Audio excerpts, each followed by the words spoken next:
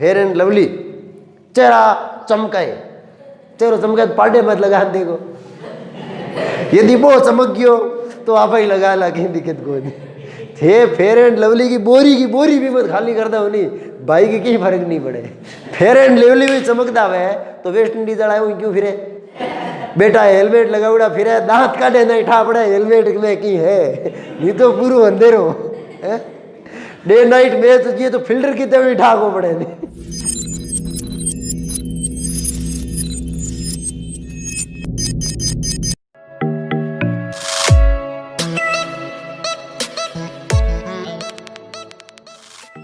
Hello guys, नमस्कार, स्वागत है आपका एक बार फिर से आपके अपने YouTube चैनल पर।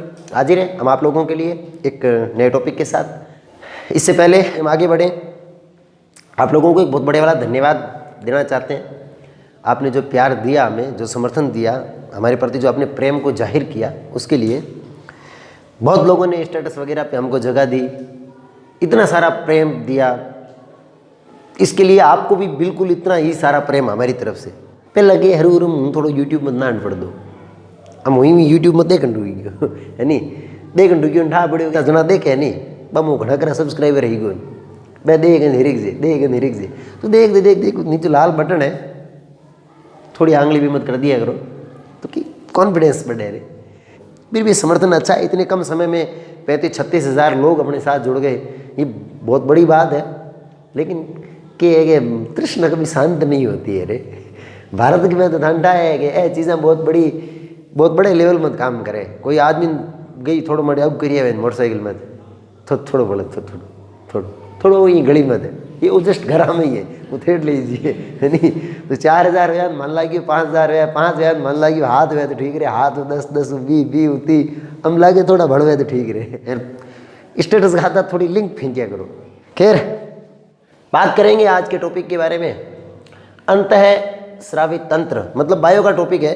पीछे जो अपना चैप्टर चल रहा था उसमें एक टॉपिक पीछे रहा हुआ, 2 टॉपिक हैं, एक और है कभी करेंगे, एक आज कर रहे हैं।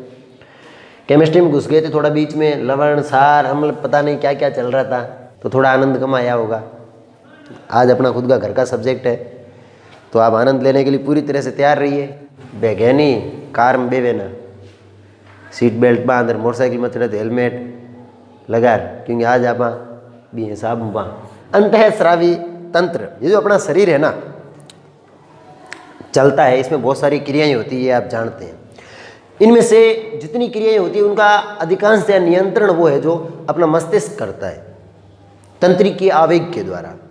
पढ़ेंगे अपन मस्तिष्क तंत्रिका तंत्र, वहाँ पे सारी क्रियाएं समझ में आएगी, ठीक है। ये जो मस्तिष्क है ये अपनी विभिन्न क्रियाओं को नियंत्रित करने का काम करता है। लेकिन ये क्या करता है, ये बहुत तीव्र गति से बहुत कम समय के लिए जो क्रियाएं होती है ना उन्हीं को नियंत्रित कर पाता है। यदि अपने शरीर की कोई क्रिया बहुत लंबे समय तक चलती है, उनको मस्तिष्क तंत्रिकीय आवेग द्वारा नियंत्रित करने में सक्षम नहीं होता। जैसे मान लो अपने शरीर में अपन जा रहे हैं कि कांटा लग गया, तुरंत मस्तिष्क को पता चलेगा, वो अपन कांटा निकालेंगे, ये सारा मस्तिष्क से नियंत्रित होता है। कोई आवाज़ लगा रहा है उसकी तरफ अपन जा रहे हैं, किसी चीज़ को अपन सुन रहे हैं, समझ रहे हैं, देख, ये सारा कंट्रोल कौन करता है, दिमाग करता है। लेकिन शरीर के अंदर ऐसी बहुत सी क्रियाएं हैं जो काफ़ी लंबे समय तक चलती रहती है। जैसे शरीर में भोजन का पाचन है, बीपी लो होना बढ़ना, मूत्र निर्माण की क्रिया, पाचन की क्रिया, ये जो शरीर की वृद्धि, ऐसी कुछ क्रियाएं हैं ना जो लगातार लंबे समय तक चलती है, उनको ये दिमाग है जो तंत्रिक के आवेग के द्वारा कंट्रोल नहीं कर सकता। इसके लिए वो किसकी सहायता लेता है, अंतःस्रावी तंत्र की। ये जो अंतःस्रावी तंत्र है ये ग्रंथियों से मिलकर बना होता है। तो अपन अंतःस्रावी तंत्र पढ़े, उसके लिए अपन को ग्रंथियाँ पढ़ना जरूरी है। ग्रंथियाँ सामान्यतः अपने शरीर के अंदर कुछ विशेष प्रकार की कोशिकाएं निर्मित हो जाती है। वो कोशिकाएं क्या करती है, वो कई प्रकार के पदार्थों को स्रावित करती है, बनाने का काम करती है, निर्मित करने का काम करती है। ऐसी कोशिका को अपन ग्रंथि कहेंगे। हो सकता है वो कोशिकाएं समूह में मिलके बैठी हो सकता है बहुत सारी कोशिकाएं जुड़ के एक बड़ी आकृति का निर्माण कर ले, हो सकता है वो अकेली कोशिका भी हो जाए। कोई ज़रूरी नहीं है कि ग्रंथि अपन बोल रहे थे कि बहुत सारी कोशिकाएं होंगी, ये भी जरूरी नहीं है। जैसे गोब्लेट सेल एक सिंगल कोशिका होती है, वो भी श्रवण का काम करती है। जैसे थायराइड ग्रंथि बहुत सारी कोशिकाएं मिल करके विभिन्न पदार्थों का निर्मित करने को काम करती है। अंतःस्रावी तंत्र जो है वो भी किससे बना होता है, ग्रंथियों से बना होता है। ये जो ग्रंथियां हैं ये कितने प्रकार की होती है, 2 प्रकार की। एक ग्रंथि को अपन अंतःस्रावी कहते हैं, दूसरी ग्रंथि को अपन बहिस्रावी कहते हैं। अंतः का मतलब अंदर, बहि का मतलब बाहर। अब किसके अंदर? रक्त के अंदर। रक्त अपने शरीर में है ही, खून चलता है। अब खून के अंदर और बाहर की बात हो रही है। यदि कोई ऐसी ग्रंथि है जो अपने द्वारा बनाए गए पदार्थ को रक्त के अंदर डाल देती है, खून में मिला देती है, तो उससे अपन कौन सी ग्रंथि कह देंगे? अंतःस्रावी। और यदि कोई ऐसी ग्रंथि है जो अपने द्वारा बनाए गए पदार्थ को खून में न मिला करके खून से अलग ही रखती है, बाहर ही रखती है, उन्हें अपन क्या कह देंगे? बहिस्रावी। अंतःस्रावी जो ग्रंथियां होती है, इनके द्वारा जो पदार्थ सामान्यतः बनाए जाते हैं, इन्हें क्या कहते हैं? हार्मोन कहते हैं। ये बहुत ही सूक्ष्म मात्रा में बनते हैं। अर्थात ये जो अंतःस्रावी तंत्र है, ये किसकी सहायता से कार्य करता है? हार्मोन की सहायता से। कुछ रासायनिक पदार्थ अपने शरीर में बनते हैं इन ग्रंथियों के द्वारा, बहुत ही कम, थोड़े बहुत से बनते हैं, ज़्यादा नहीं बनते। उन्हीं एक कोपड़ा, 2 कोपड़ा बन गया, मिलीग्राम के अंदर बनते हैं। फिर भी ये शरीर की विभिन्न क्रियाओं को लगातार लंबे समय तक क्या करते रहते हैं? नियंत्रित करते रहते हैं। हार्मोन कहेंगे। दूसरी तरफ है बहिस्रावी ग्रंथियां। अपने पाचन तंत्र पढ़ा था, पाचन तंत्र में एंजाइम शब्द आया था। एंजाइम ग्रंथियों के द्वारा बनता है, पढ़ा था अपन ने। लार ग्रंथि, अग्नाशय ग्रंथि, यकृत ग्रंथि पढ़ा था। त्वचा के अंदर जो तेलीय ग्रंथियां बनती है ना, त्वचा के अंदर श्वेत ग्रंथियां होती है, पसीने का निर्माण करती है। अब पसीना है और चाहे तो एंजाइम है जो पाचन में काम में आते हैं, क्या ये कभी खून में मिलते हैं क्या? भाई पसीना, श्वेत ग्रंथियां कहाँ पे है? त्वचा पे है। पसीना यहाँ बढ़ के सीधा आ गया बाहर, खून में तो मिला ही नहीं, है ना। श्लेष्मा ग्रंथियां नाक में पाई जाती है, श्लेष्मा बनाती है। अब ये श्लेष्मा खून में तो नहीं जाता, ये तो अपन फेंक करके बाहर फेंक देते हैं। अब ये जो चीज़ें जितनी भी है ना, जो रक्त में नहीं मिल रही है, तेलीय ग्रंथियां त्वचा पे पाई जाती है ना। जब ये यौन आरंभ प्रारंभ होता है तो ये तेलीय ग्रंथियां सक्रिय हो जाती है। बस गए आप शरीर में टावर बन जी क्या, पिंपल्स हो जाते हैं, है ना। और जैसे ये पिंपल्स होते हैं, अपन क्या करते हैं? अपन बाजार जाते हैं, एक क्रीम लेके आते हैं, फेयर एंड लवली, पिंपल्स को हटाए। फेयर एंड लवली लार मुँह में चौपड़ माया, अब क्या है? अब मेरे पिंपल्स होया कौन? क्यों नहीं होंगे पिंपल्स? भाई त्वचा में तेलीय ग्रंथियां हैं, वो तो तेलीय पदार्थ बनाएगी, वो तो बनेंगे। अब वो फेयर एंड लवली उनको नहीं रोक सकती। वो क्या करती है? वो जहाँ से निकल रहे होते हैं ना, उसके ऊपर प्लास्टर करके उसको रोक देती है अंदर ही अंदर। अब वो अंदर ही अंदर बढ़ेंगे। भाई आप 4 महीने लगाओ, 6 महीने लगाओ, अंदर घुसे पड़े हैं, जब भी उनको मौका मिलेगा बाहर तो आएंगे, वो अंदर रुक ही नहीं सकते। बस मुँह में टावर बने मोटा मोटा, रिलायंस का, एयरटेल का, नारा नारा लागूड़े पड़ रहे, फिर अपन डॉक्टर के चक्कर लगाते रहते हैं। तो क्यों रोकते हैं भाई इनको? ये फेयर एंड लवली वाला, ये तो पिंपल्स को रोके न हटाए, वो तो आप धंधे हरू करे, जाने हूँ करूँ, सब्सक्राइब सब्सक्राइब सब्सक्राइब, नहीं। फेयर एंड लवली चेहरा चमकाए, चेहरा चमकाए पार्टे मत लगा देखो, यदि वो चमक गयो तो आप ही लगा लगे, दिक्कत को थे। फेयर एंड लवली की बोरी भी मत खाली कर दो, नहीं भाई की कहीं फर्क नहीं पड़े। फेयर एंड लवली भी चमकता है तो वेस्ट इंडीज आया हुई क्यों फिरे? बेटा हेलमेट लगाउड़ा फिरे, दांत काटे नहीं ठा पड़े हेलमेट में की है, नहीं तो पूरा अंधेरो डे नाइट मैच चाहिए तो फिल्टर की तरह ठाको पड़े नहीं। तो फेयर एंड लवली गोरा हुआ तो भाई लगा लेती। तो ये अपन को क्या करते हैं? उल्लू बनाते हैं। इनसे कुछ नहीं होता, इन प्रोडक्ट का अपन को बिल्कुल भी यूज है नहीं करना चाहिए। ये सारे पदार्थ खून में नहीं मिलते हैं, आपको पता हो तो, इसलिए इन सबको अपन क्या कह देते हैं? बहिस्रावी ग्रंथियां कह देते हैं। एक सबसे बड़ा अंतर इनमें ये होता है कि बहिस्रावी ग्रंथियां नलिका युक्त होती है, और जबकि ये ग्रंथियां नलिका विहीन होती है। इनमें पाइप लगा रहता है, इसमें कोई पाइप नहीं होता। जैसे लार ग्रंथि है ना, लार ग्रंथि, लार तो अपने मुंह में आ रही है ना, अब यहाँ तो कोई ग्रंथि नहीं है। ग्रंथियाँ तो कहाँ है? एक कान के पास इधर है, एक जबड़े के नीचे इधर है। अब लार तो मुंह में खुल रही है ना, तो यहाँ छोटी छोटी पाइप लगी हुई है, वो पाइप यहाँ आके खुलती है। ये नलिकाएं क्या करती है कि इनके द्वारा बनाए गए पदार्थ की जहाँ जरूरत होती है वहाँ ले जाके उसको छोड़ती है। इधर कोई पाइप नहीं है। जैसे मान लीजिए ये कोशिका है, किसी ग्रंथि की कोशिकाएं हैं, ठीक है, ये अपने द्वारा पदार्थ अंदर बना, उसको बाहर निकाल देगी यहाँ पे।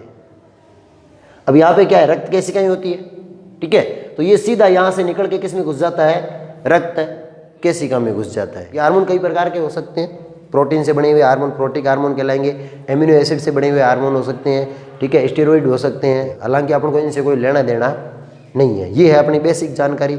अब अपन चैप्टर को शुरू करने का प्रयास करेंगे। ये तो अपनी बड़ी अंतःस्रावी ग्रंथि। अब ग्रंथि अकेली नहीं, अपने शरीर के अंदर 10 प्रकार की अंतःस्रावी ग्रंथियां पाई जाती है। उन सबको मिला के अपन क्या नाम दे देंगे? अंतःस्रावी तंत्र। अब अपन इन 10 ग्रंथियों को और उनके द्वारा बनने वाले हार्मोनों को पढ़ेंगे कि शरीर के अंदर कौन से हार्मोन का क्या, कब कौन सा क्या कार्य होता है। कोई समस्या है तो बोल दो, मेरे पास सब समस्याओं का समाधान है। मीन होना तो महाराज चाहिए हो, गढ़ते हुए मास्टर बन गए नहीं, हकीकत बात है, मैं मजाक नहीं कर रहा हूँ, मैं सीरियसली बता रहा हूँ। जे हूँ कोई महाराज भोपो हो नहीं तो हूँ रेड़ा लूटूँ रे आवार भी नहीं टाटो करी छोड़ू, 4 पास ना राखूँ 4 मैं नहीं पत्ती घाधड़ा आयो हेड हेड हेड रवन। क्योंकि देखो दुनिया क्या है, दुनिया को आपने धंधो चलाना है तो आपने सीधा सीधा दुनिया में बेवकूफ़ बनाना आना चाहिए।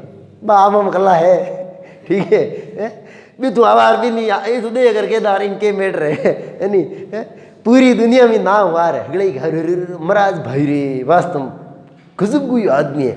मोटीरा को लार चोटी गांठ ठोकड़ी मोठो तिलगन बी हिसाब बनू लांबो सिंह पड़ो राखो रे गमी तो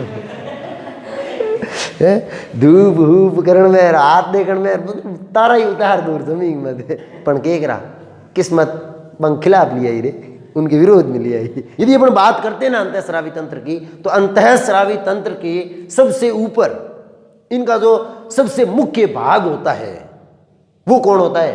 हाइपोथैलेमस होता है। आप अपनी पूरी स्कूल को अंतःस्रावी तंत्र मानो और ये कल्पना करो कि यहाँ पे केवल 2 ही टीचर हैं जो आपको पढ़ाते हैं, उसमें से भी एक हेडमास्टर है और दूसरे एकमात्र टीचर है जो बाकी सबको आपको पढ़ा रहा है, ठीक है।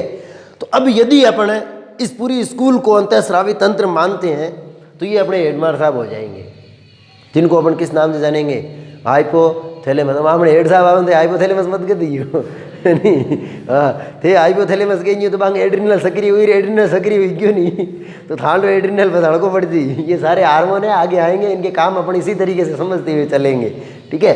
इसको अपन हाइपोथैलेमस कह रहे हैं, मतलब हेडमास्टर। इसका मतलब ये हुआ कि ये पूरे अंतःस्रावी तंत्र को क्या करके रखेगा?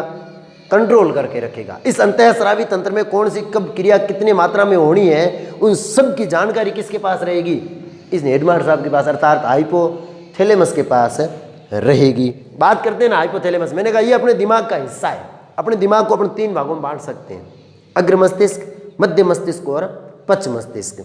अग्र मस्तिष्क का एक भाग है, इसे क्या कहते हैं? डाइएनसेफेलोन कहते हैं। इस डाइएनसेफेलोन की नीचे वाली जो परत है इसको अपन क्या कहते हैं? हाइपोथैलेमस। मतलब ये डाइएनसेफेलोन मान लो इस पूरे कमरे को, तो ये जो फर्श है ना, फर्श, इसको आप क्या मान सकते हैं? हाइपोथैलेमस। और ये छत है, इसको अपन क्या मान सकते हैं? एपिथैलेमस मान सकते हैं। तो ये हाइपोथैलेमस है, इसके नीचे वाला ये है तो ब्रेन का ही एक पार्ट, ठीक है। अब ये हाइपोथैलेमस क्या है? कुछ ज़्यादा ही होशियार हो गया। ये क्या करता है? ये दिमाग की तरह भी काम करता है और अपनी कुछ कोशिकाओं को इसने इस प्रकार से बदल लिया कि सामान्यतः जो तंत्रिका कोशिकाएं होती है ना, ये पूरा मस्तिष्क अपना तंत्रिका कोशिकाओं से मिलकर के बना होता है। सामान्यतः तंत्रिका कोशिका इस प्रकार के किसी पदार्थों का श्रावण नहीं करती, लेकिन हाइपोथैलेमस ने अपनी कुछ तंत्रिका कोशिकाओं को इस रूप में बदल दिया कि वो कुछ पदार्थों को स्रावित करती है, निर्मित करने का काम करती है। यदि वो कुछ पदार्थों को बनाती है तो उन्हें कहते हैं तंत्रिका स्रावी कोशिकाएं। तंत्रिका कोशिका भी है, श्रावण का काम भी करती है। तो हाइपोथैलेमस को एक अपन अंतःस्रावी ग्रंथि भी मान सकते हैं, लेकिन है ये साथ साथ में क्या है? दिमाग का भी एक पार्ट है। ये जो हाइपोथैलेमस है ना, ये हाइपोथैलेमस अपने शरीर के अंदर होने वाली विभिन्न क्रियाओं को नियंत्रित करता है, केवल हार्मोन बना के नहीं, दिमाग के हिसाब से भी। मस्तिष्क है ना, ये मस्तिष्क के हिसाब से उन क्रियाओं को तंत्रिका आवेग के द्वारा नियंत्रित करता है। जैसे अपन को भूख लगती है, प्यास लगती है, इस भूख और प्यास का पता इस हाइपोथैलेमस के द्वारा लगता है। इस भूख और प्यास को नियंत्रित करने के केंद्र इस हाइपोथैलेमस में बने होते हैं। ये मस्तिष्क की तरह काम हो गया। एक फीलिंग होती है ना, फीलिंग, भावना,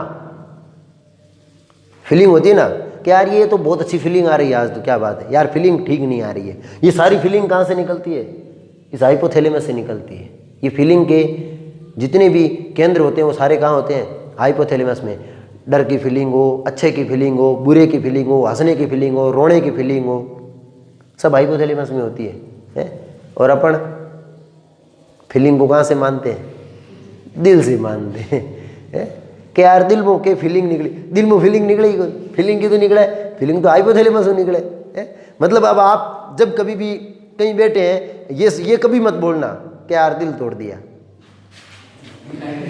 यार तूने तो हाइपोथैलेमस तोड़ दिया, क्योंकि टूटता क्या? फीलिंग टूटी ना, फीलिंग कहाँ से निकल रही? फीलिंग तो हाइपोथैलेमस से निकल रही है। तो फिर क्यों अपन दिल को कहते हैं कि दिल तोड़ दिया? दिल विल कुछ नहीं टूटता, टूट तो कौन है? हाइपोथैलेमस, क्योंकि फीलिंग तो सारी यहाँ से निकलती है। होता है ना, दिल चुरा के ले गए सनम, हाइपोथैलेमस चुरा के ले गए सनम क्योंकि फीलिंग तो यहाँ है, दिल में फीलिंग तो है ही नहीं।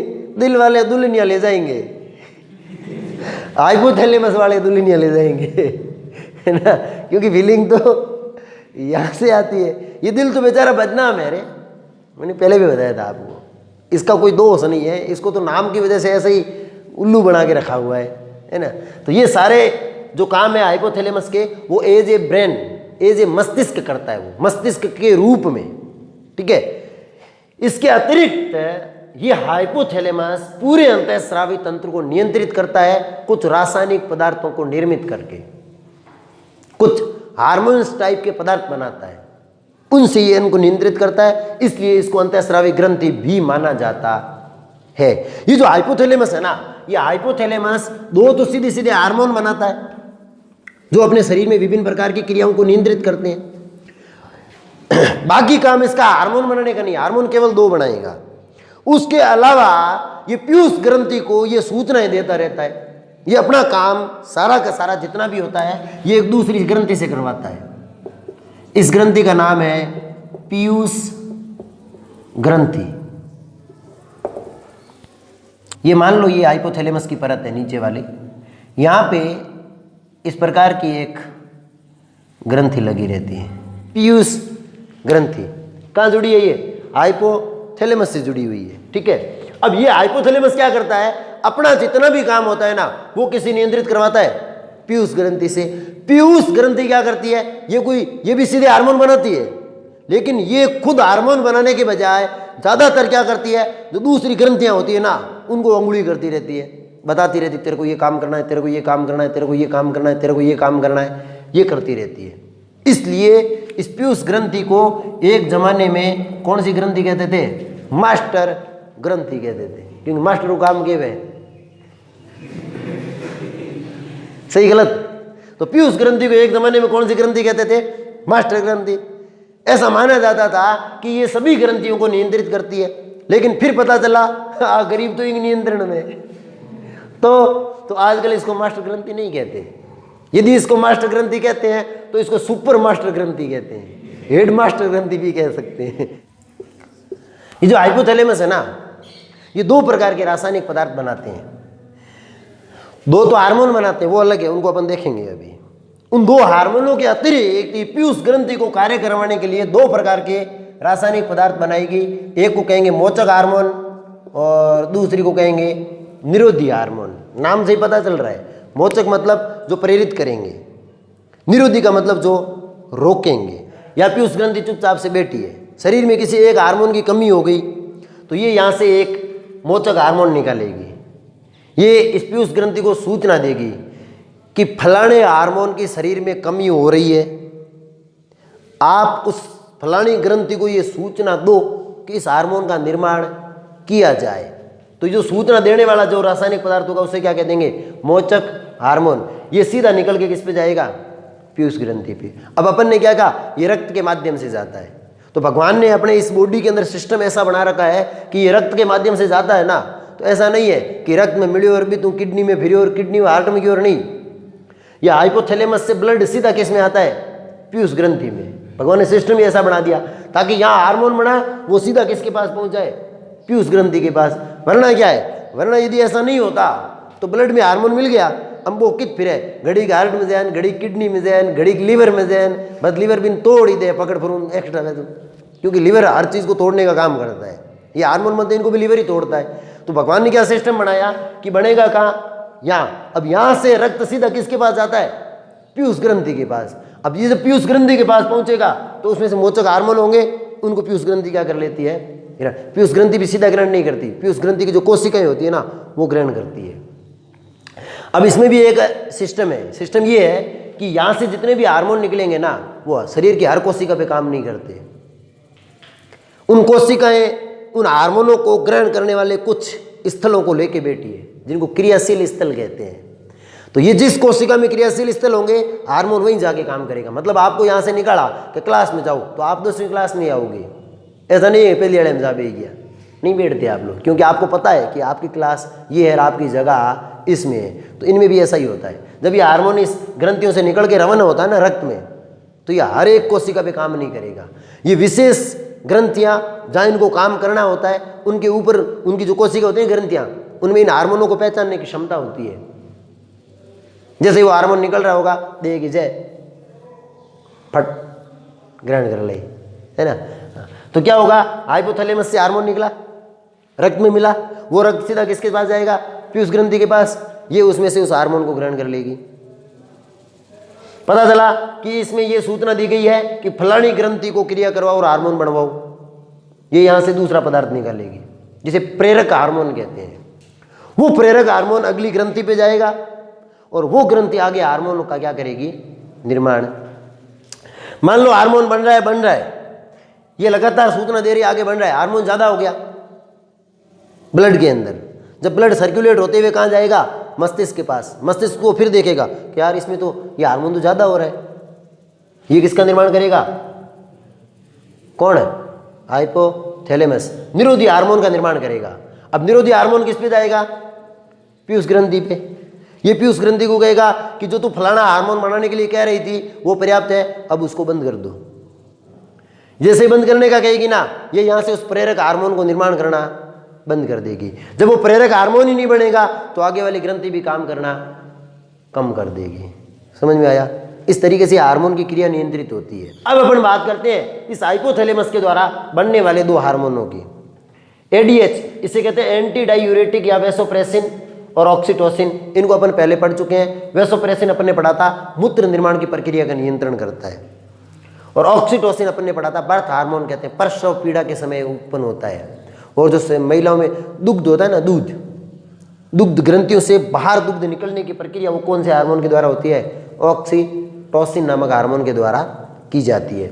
ये हार्मोन क्या करते हैं, बनते तो हाइपोथैलेमस में लेकिन इकट्ठे होते हैं आगे किसमें, पीयूष ग्रंथि। यदि अपन बात करते हैं पीयूष ग्रंथि की, पीयूष ग्रंथि को दो मुख्य भागों में बांटा जा सकता है। एक इसकी अग्रपाली या अग्र पीयूष ग्रंथि जिसे कहते हैं एडिनो हाइपोफाइसिस, दूसरा इसका पार्ट है पश्च पीयूष ग्रंथि जिसे कहते हैं न्यूरो हाइपोफाइसिस। अब ये जो दो हार्मोन है ना, ये वाले ये चुपचाप से वहां से निकल के किस में आ जाते हैं, पश्च पीयूष ग्रंथि में। और जब भी इन हार्मोनों की आवश्यकता होती है तो निकलते कहाँ थे, पश्च पीयूष ग्रंथि से। इसलिए अपन को लगता है कि ये पीयूष ग्रंथि के हार्मोन होंगे, लेकिन ये पीयूष ग्रंथि के नहीं होते। ये किसके होते हैं, हाइपोथैलेमस के होते हैं। ये हाइपोथैलेमस के मात्र दो हार्मोन हैं जो डायरेक्ट शरीर की कोशिकाओं पे काम करते हैं, किसी ग्रंथि पे काम नहीं करते। बाकी इसके द्वारा बने हुए सारे हार्मोन किस पे काम करेंगे, केवल और केवल पीयूष ग्रंथि पे काम करेंगे। हालांकि ये भी जाके रुकते तो पीयूष ग्रंथि में ही है, डायरेक्ट हाइपोथैलेमस से निकल के ये भी रक्त में नहीं जाते हैं, हाइपोथैलेमस से निकल के पीयूष ग्रंथि में आकर यहाँ आके इकट्ठे हो जाते हैं, यहाँ से ये निकलते हैं। अब ग्रंथियाँ इन हार्मोनों को निर्मित करके सीधा ही रक्त में नहीं मिला देगी, निर्मित करके स्टोर करने की भी क्षमता होती है। ये इनको संग्रहित करके भी रख सकती है, जब आवश्यकता होगी तभी उनको रिलीज करती है। वरना जैसे मान लो अब ये पीयूष ग्रंथि है, इसके पास कोई हार्मोन नहीं है, अब यहाँ से सूचना मिली फिर ये हार्मोन बनाना शुरू करें फिर आगे भेजे, उसमें तो बहुत टाइम लग जाएगा। कई क्रियाएं होती हैं उनको बहुत तेज़ी के साथ करना पड़ता है हार्मोनों के द्वारा भी, है ना। तो ये इन हार्मोनों को पहले से बना के रख लेती है, जैसे संकोच मिलता है उसको तुरंत रिलीज कर देती है। यदि बात करें अपन पीयूष ग्रंथि की तो इसके द्वारा टोटली कितने हार्मोन बनते हैं, 7 में से 5 हार्मोन ऐसे होते हैं जिनको अपन प्रेरक हार्मोन कहेंगे, प्रेरक या स्टिमुलेटिंग हार्मोन।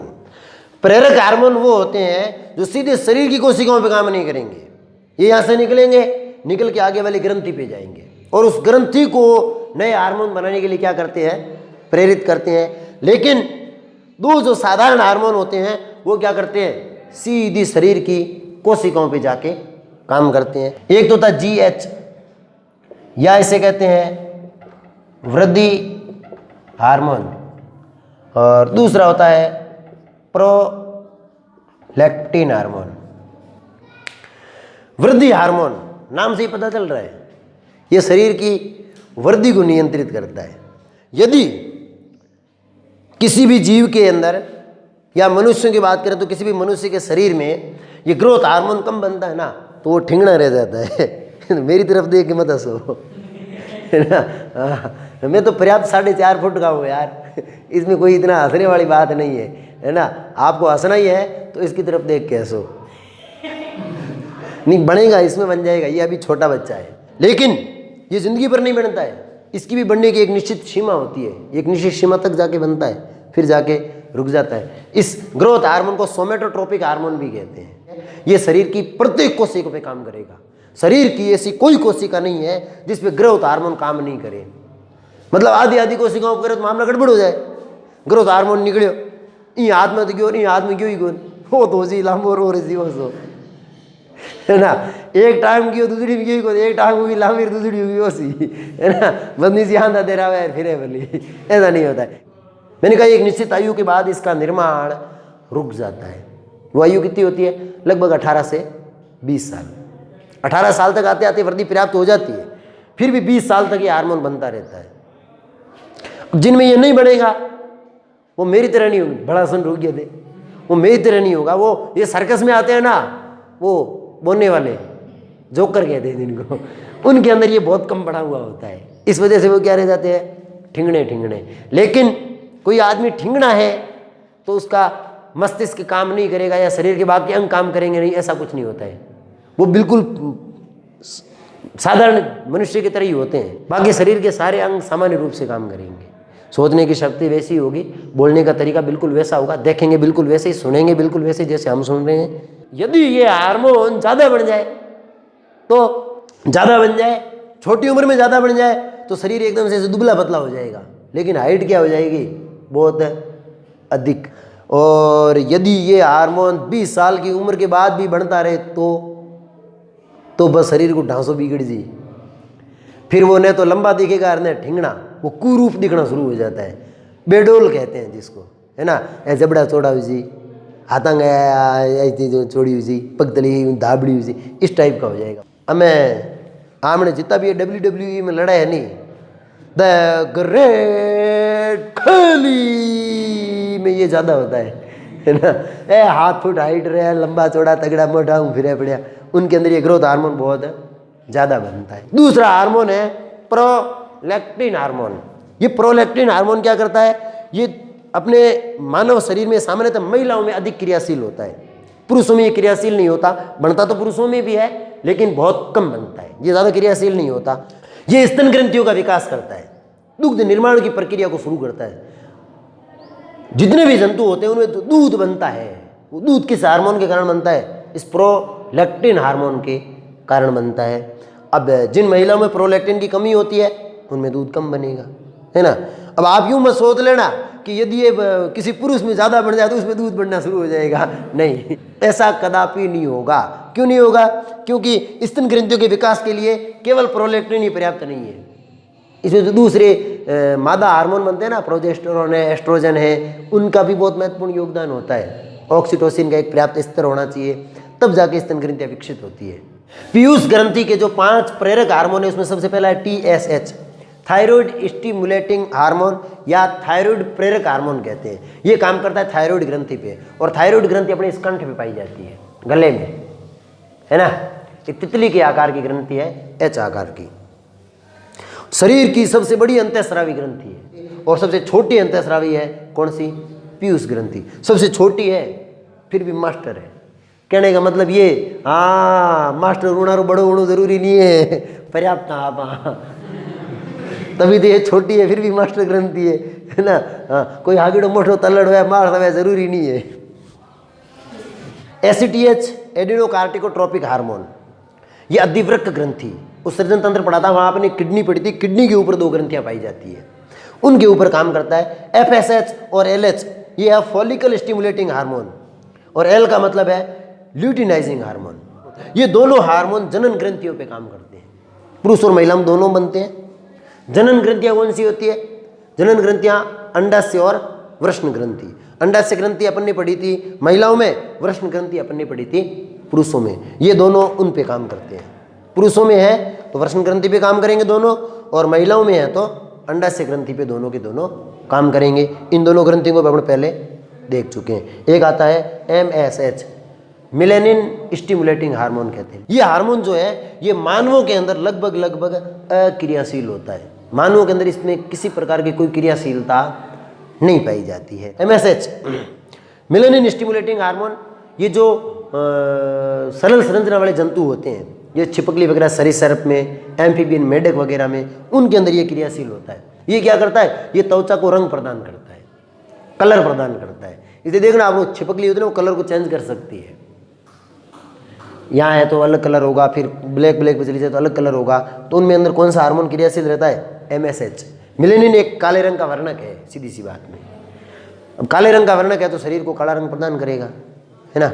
इस MSH की थ्योरी अपन अभी एक नेक्स्ट ग्रंथि पढ़ने वाले हैं, उसके साथ में पढ़ेंगे अपन, ठीक है। तो ये हो गई अपनी कौन सी ग्रंथि, पीयूष ग्रंथि। इससे आगे की ग्रंथियाँ अपन नेक्स्ट लेसन में देखेंगे। तो आज के इस लेसन के लिए इतना ही पर्याप्त है।